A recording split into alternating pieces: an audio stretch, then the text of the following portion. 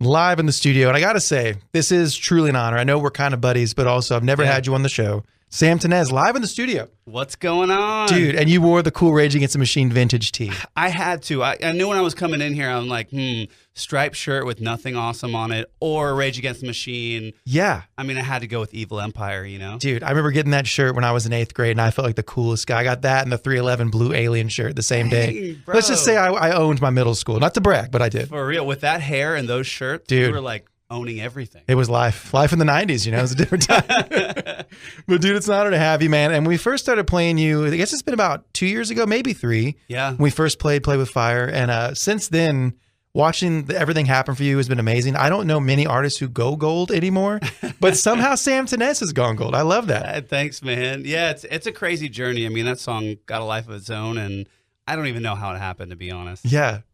I think it's one of those things too, like it took them a while to figure out how to do streaming in the sense of like to count that as like a sale and a unit moved. And so it's a good place to be, I think. Did you hang it up like above your fireplace? Where did you hang such a thing? So I've got a studio above my garage, like a big space that I use to record vocals and write and all that. And so I put it in kind of the primo spot, you know, right over by the kitchenette area of the studios. I love that. So anytime anybody has to have a snack, they look over and see my face and just staring at them. And it just is shiny and pretty sweet. And they're just reminded of who they're dealing with. Yeah. That's great. I just point at it. Whenever someone disagrees with me and I write, I just point at it. And then they're like, okay, fine. Like he knows what he's doing. He knows. Yes. Could you imagine?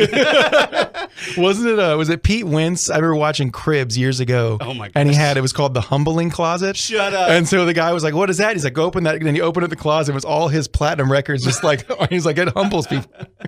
That makes sense. Yeah. That sounds about like Pete Wentz. It really does. But how are things going for you so far in 2022? I feel like you are the king of collabs. Like you've done a lot of cool collaborations. Is that something you really like to do, or you just keep kind of falling into those? Yeah, it's you know, amazing. I honestly I feel like I wouldn't make as much music as I do without writing with friends. Like making music with friends is like, there's something about when you love somebody in the room and your buddies and you're hanging, like when you create, it just adds that energy to the song and you can feel it. And so, you know, and there's just some people like the Our Last Night guys, or I mean, gosh, there's so many people. Even recently, like Richard Patrick of Filter. It's like we just became buddies, and like that energy just led to really cool music. And so, you know, I think I'm a band guy. I never thought I was going to be a solo artist. So really? I'm like, I always was in bands growing up. So like ending up a solo artist is the strangest thing in the world for me, because I never want to be like, I want to be like, I don't know, the Strokes, or, you know, yeah. Like give me any other band other than a solo artist. I would want to be that. But this is how life ended up. So I just have to bring people in for collabs to make it feel like we're in a band together. Yeah. So I love that. When you do shows, have you played a lot of live shows solo? Yeah. Do you have like a backing band you have and everything? Oh, yeah. No, I definitely try to have as many people on stage as possible. And then if it's Nashville or any other place like Atlanta or LA, I'm like, hey, come up on stage for this song. Come up on stage for that song. That's amazing. I love that. I try to make it a party because I'm like, as many people as possible. That's my vibe. Yeah, I think that's great, man. Let's get into a song too. I want to play, first of all, Made You Cool, because I love the song. I featured it on my blog a couple weeks ago. Yeah. And I love the idea behind the song, because when I first heard it, for some reason, like the title, I thought I didn't even think about what it was about. But give me some back to this tune, because it's so cool. It's almost like a darker tune hidden inside a rock song.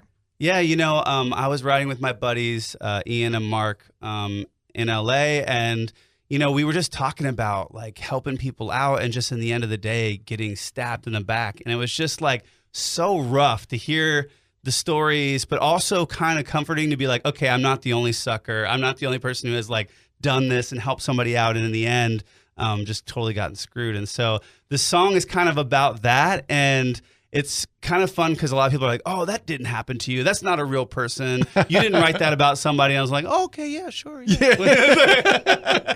That's incredible. But then the others are like, who's it about? I'm like, I'll never tell. Yeah, that makes it even cooler, because, you know, there's some guy out there or girl, and they're like, it's about me, revenge. Dude, you know, and I think good art and success is the sweetest revenge ever. It really is. That's a good way to put it. Right on, let's get into this song now. Sam Tenez, Made You Cool, on Nashville's Rock Station 102.9 The Buzz. Made You Cool by Sam Tenez, who's live in the studio. And I should point out, in that music video, I thought it was amazing that you were wearing a Jamiroquai hat. You know, was that on purpose? Yeah, you know, I had to, like, I don't know why, but I was like telling my videographer, I was like, listen, dude, we got to make this a little bit back in the days. Like, the music sounds kind of like early 2000s. So I'm like, I want to throw in some like early 2000s look. Yeah. And I thought the craziest was like Jamiroquai's hat, or, you know, or even like New Radicals, any of the bucket hat stuff. I'm like, that's just so funny and so fun. So Yeah, because I I think I saw the video clips before I heard the song, and so I thought, oh, this is like a funny song. He's being funny. Yeah. But then when I heard the song, I was like, oh, this is a deeper thing. Yeah. Which I think is great, like masking something like serious and kind of dark in the sense that we were talking about getting kind of screwed over in this town. Yeah. The most famous story I've heard about that, which I don't know if this is true. Yeah. Have you heard the Garth Brooks story about the Friends in Low Places? No. It's a legendary story. I heard it when I moved here like 12 years ago, and apparently a lot of people say it's true. Who knows? Huh. So Garth, if you're listening, I apologize. But which you know he is. It's Sunday. But but someone supposedly, I've heard, there was a guy at a bar who was like really drunk, and he was kind of known for being an alcoholic, and he wrote Friends in Low Places on a napkin.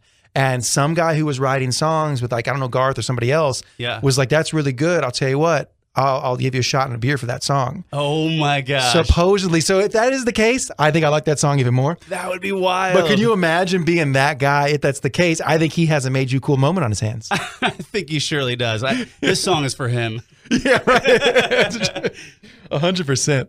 Well, dude, Sam, since you're here, I don't always do this with all the bands, but we have to play the 5 random question game if you'd like to play. Let's do it. All right. Music up. I apologize for that loud, deafening music blasting your eardrums. It's all part of the game. Question number 1, Sam Tenez on the local buzz. No wrong answer, no right answer necessarily. Are you familiar with the band Hard, H-A-R-D? It's called Have a Rad Day. No. Well, they posted a TikTok that's going viral. Thomas Sweat is the singer. He's hilarious. And it's a clip of Avril Lavigne in a photo shoot recently where she kicks over a chair, and like they're like, look tough, Avril, and she kicks a chair over. And he made a TikTok where it's that, and he says, damn, Avril, save some punk rock for the rest of us. I wanted to ask you, Avril Lavigne kicking over a chair in 2022 is not punk at all, or whoa, please, Avril, don't hurt him. That's punk AF. Oh gosh, I'd probably say it's not punk at all, but I'm also worried about her hip. Like she's gonna bust a hip. Yeah, it's true. You know, that like, is true. She's getting up there. Like I don't want her to hurt herself. Yeah, she kicks it hard. That is true. Question number 2 is Sam Tenez on the local buzz. As you do a lot of collaborations, what is one dream collab you'd like to do if you could? You know, I would have to say working on a song with Weezer would be. Ooh, I could up see that. There. Rivers, Yeah. like, ooh, that would be sick. I could totally see that. Right on. Let's go, Rivers. Yeah, right. And you know he's listening again. It's Sunday. He's listening. Yeah, He's always it's- listening. It's Sunday. Question number 3 was Sam Tenez on the local buzz. Recently on Twitter, it's been a thing now where everyone is blasting Steve Martin as not being funny. Have you seen this? No. It's a trending thing that Steve Martin is not funny to this generation. So I wanted to ask you, which blows my mind, but I wanted to ask you, Steve Martin, overrated old man or hilarious gem of our time? No, hilarious gem of our time. That's what I would For say sure. so too. And he rocked the gray hair since he was like 15. Yeah, It's amazing. I mean, yeah, if you're rocking gray hair and you're still a stud, you're in my cool book. Yeah, my brother went gray at like 25 or 26. Crazy. Either he saw a ghost or he's just stressed. Maybe he went over Niagara Falls. Something happened. Both. Yeah, probably so. Question number 4, Sam Tenez on the local buzz. So we talked about the story behind Made You Cool. Yeah. What do you think the perfect revenge would be to the person that song is about? Besides slicing their tires or something. You know, I said it earlier, but I think success. I think doing well without them. Yeah. You know, it's like people either take it as like, oh, I'm so happy for them, or every time they see your face on a billboard, every time they hear your music, it haunts them and they wish they could have gone back and treated you better. It's so you know? true. So The best revenge is a life well lived. that's It's right. a true Exactly. statement. Yeah. Exactly. We're getting positive here on the local buzz. I like it. Well, question number 5, the final question with Sam Tenez on the local buzz. This one's a tricky one. Oh gosh. All right. Music stops for this one. Oh, you hear it stops. Oh no. So you could have, we're talking your dream tour. We're talking 75 dates, direct support, any artist alive or dead. But when you get back from this tour, the deal you've made with the devil to get this tour is you have to drive a pedal tavern down on Broadway for a living Oh, entire summer. What do you think? Gosh. Do you take the tour? Sheesh. Yes. Yeah? Okay. How long is the Pedal Tavern? Just about a whole summer, 3 months. I could do that. There I you could do go. that. Sam's down. All of a sudden, the pedal Let me tavern know. boss walks in. He's like, "You're All of a hired." sudden, you see me opening for 9 Inch Nails, And I know how you got like, it. How did you get that? And I'm like, just ask Andy. He knows the guy. Yeah. Well, thank you for playing. Yes. Thanks I for. feel like that's a trick question too, because I feel like most artists in this town who do big tours, Yeah. come back and work jobs like that. I mean, I used to work valet at the symphony place or How was whatever. that? Dude, it was crazy. I mean, because no matter if it got freezing cold or it rained or whatever, you're still opening up car doors and driving these nice cars. So you don't want to like mess them all up. at the same time, you don't want to see anybody you know. Yeah, yeah, fair enough. I remember my first record deal that I had. I was signed, and I opened up the door, and there's my publisher, and he's like, "What are you doing here?" I'm like, "Dude, you don't pay me enough. Like, I'm like, I just gotta do what I gotta do." Yeah, you know? Dude, it's always the way it is. I remember doing a lot of tours in the Capo days, and I would come back. And I worked as a server sometimes. Yeah. And I remember we'd just been on the road with a really big band, hang out every night for like 3 months. And they all came in and I was their server. No. I walk up to that table and as soon as I saw them, my heart just sank. And we did the thing about that's awkward is like you can do the whole like hang and Andy. And there's no way around that moment where you have to look them in the eye and go, would you like something besides water to drink? No. There's just no way around it. Oh, so, yeah. my gosh. But it's a struggle that we all do for our love of rock and roll, some would say. It is, anything for rock. And now we're just, gold artists, hit radio show people. We don't need to do that stuff anymore. No, we don't. But we feel sorry for the kids that still have to. Drum God. Yeah. That's what I like to call you. But. Oh, yeah. Thank you. Yeah. You and my mother, so I appreciate that.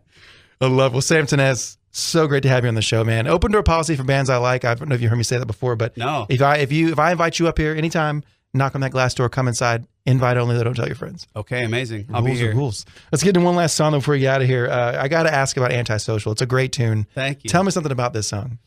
I wrote it about 2 years in the middle of all the craziness that we were all dealing with. And it was just kind of like getting it all out, because in some ways being around nobody was great, especially when everybody was acting like a bunch of freaks. Yeah. But in other ways, it was like, man, I miss all this stuff. So you can feel kind of the push and pull of like, I'm losing all my friends, but saving so much money and all these different lyrics that kind of make you laugh. I mean, honestly, during all that, I couldn't write music that was super dark or super heavy like I had been writing. Yeah. I had to write stuff that was tongue in cheek because stuff that would make people laugh because I was like, man, I already want to cry. So maybe if I can make people laugh, like we can forget that whole part. Yeah. So that's kind of Antisocial. I mean, it's just kind of, everything I love from Weezer and Nirvana and all these other bands, even Everclear, just put together in this kind of funny little, box. So. I love that. It equals a great song called Antisocial. I love that. Well, Sam Tenez, anytime you want to come, man, honor to have you up, dude. Awesome. Thank you. Let's get into this now. Sam Tenez, Antisocial on the Local Buzz.